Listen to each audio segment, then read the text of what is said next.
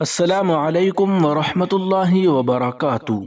دارالعلوم دیوبند کے مبلغ مولانا معراج احمد کا انتقال، قاسمی قبرستان میں تدفین، سرکردہ علماء کا اظہار افسوس۔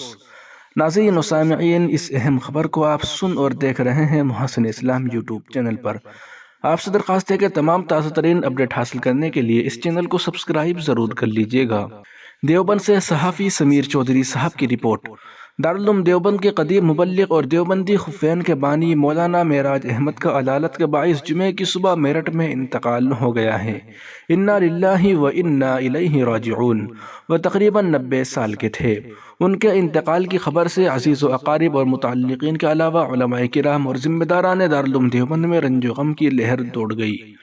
بڑی تعداد میں علماء کرام اور اساتذہ دارالعلوم دیوبند و دیگر مدارس کے اساتذہ و ذمہ داران اور شہر کی سرکردہ شخصیات نے محلہ خانقاہ میں واقع رہائش گاہ پر پہنچ کر تعزیت مسنونہ پیش کی اور مولانا مرحوم کے انتقال پر گہرے رنج و الم کا اظہار کیا۔ مرحوم مولانا معراج احمد نہایت حوصلہ مند شخصیت کے مالک تھے۔ انہوں نے تقریباً 40 سال تک دارالعلوم دیوبند میں بطور سفیر خدمات انجام دی ہیں اور اپنے حلقے میں دارالعلوم دیوبند کے لیے ریکارڈ کام کیا ہے۔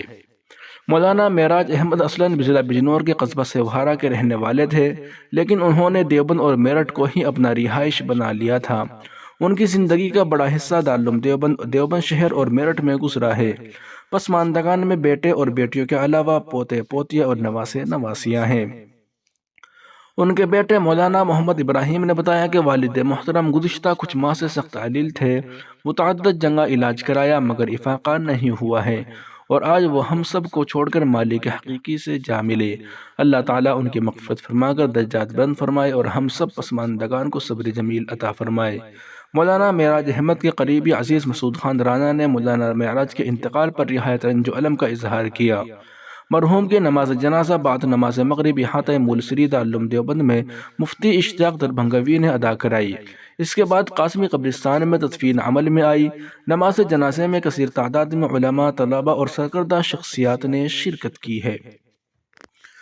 دعا کیجئے کہ اللہ تعالی حضرت والا کی مغفرت فرمائے، درجات بلند فرمائے، جنت الفردوس میں اعلیٰ مقام نصیب فرمائے، آمین یا رب العالمین۔